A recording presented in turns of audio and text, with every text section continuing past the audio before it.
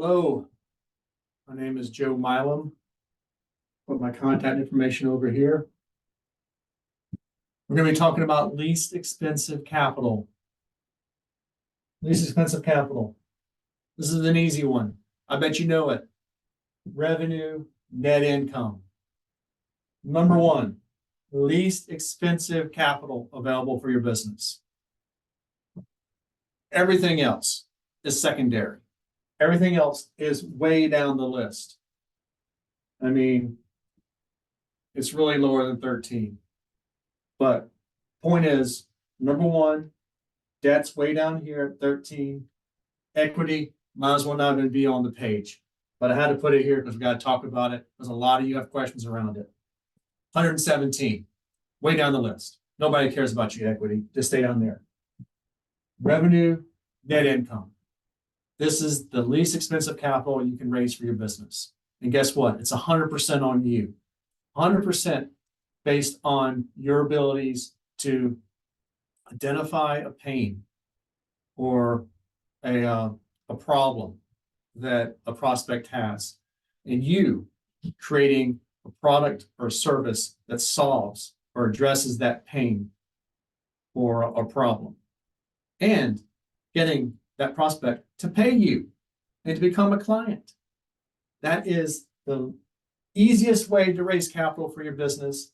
It is the least expensive way, and you don't lose any ownership, and you don't have any anchors on the business. So once you have identified the problem or pain, you're solving it, people are paying you, revenue's coming in the door. You have costs. I get it. Every business has costs. After those costs, including taxes, are factored in, you're left with net income. Net income is that's it. This is the capital I'm talking about. Revenue produces net income, but at the end of the day, your net income is what you use to invest in your business. So you're creating momentum with every sell that you make. I call it the money machine.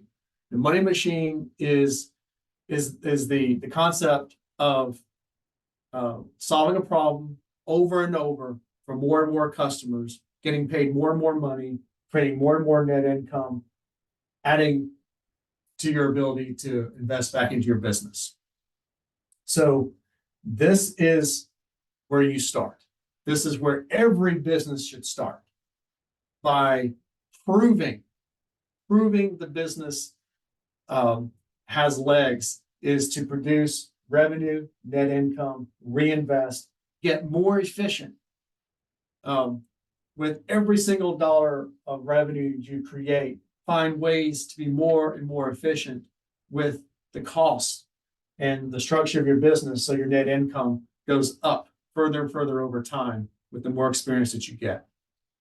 Once you have this momentum going, and you've answered the major question about you're able to repeatedly sell your product or service, people are repeatedly paying you, and you want to grow more. Okay, that's when you skip down to number 13, and we start considering debt. Debt should only be used to fuel the money machine. Only fuel the money machine. Don't use debt to build something that doesn't exist. If you haven't figured this out, if the money machine hasn't been created yet from revenue and net income, don't even talk to me about debt. Don't even think about it. It's because debt can be the absolute last thing you do for a business if you don't have this piece figured out.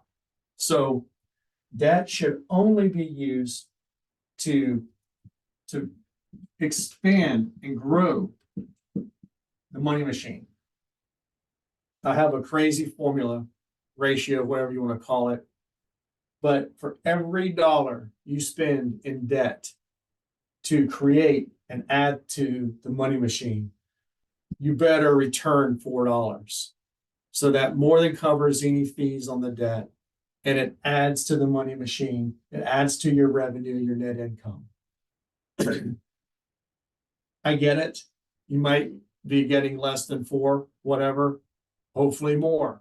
Point is, you need to have, it needs to be completely lopsided on the returns for your business so that you are more than covering the cost of that debt. You're getting the debt paid off quickly. And hopefully you're able to qualify for a lesser and lesser expensive debt as well. For startups is difficult. For startups, you might have to go with a specialty finance product. Always try to go to your local bank and get traditional debt through a line of credit. Always start there. If they say you're not big enough yet, you don't have enough transactions, figure out what their requirements are. Check around some locally. Smaller banks are better than bigger banks. So go to your community banks or credit unions. Point is, debt is used to fuel the money machine to further grow your business. It is not to figure out something or to build something that didn't exist. Don't use debt to build your money machine. You use revenue, net income to do that. All right. Number 117 is equity. Equity is usually why we start conversations. I'm an investment banker. I get success fees on equity, but I'm very proud of the fact that I'm able to solve my clients' problems with everything but equity. So you have a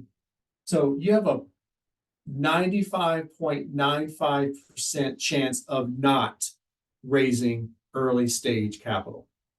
95.95%. So yeah, look, only 0.05% of companies that go out and or want to raise VC capital do it. And of that 0.05%, most of that percentage is VCs reaching out to specific companies because their brother, or not their brother, somebody in the VC world is investing in them. So that's another thing about VCs. It's really hard to find a lead investor because nobody wants to do the work. Instead, if you finally do get a lead investor, then all their friends will follow in behind them because they've done all the hard work. So let's not even worry about equity. Let's get to your goals through things that we can control. You can 100% control this. This is 100% on you, the founder, the owner of your business, to bring in revenue and net income to grow the business. So let's do that.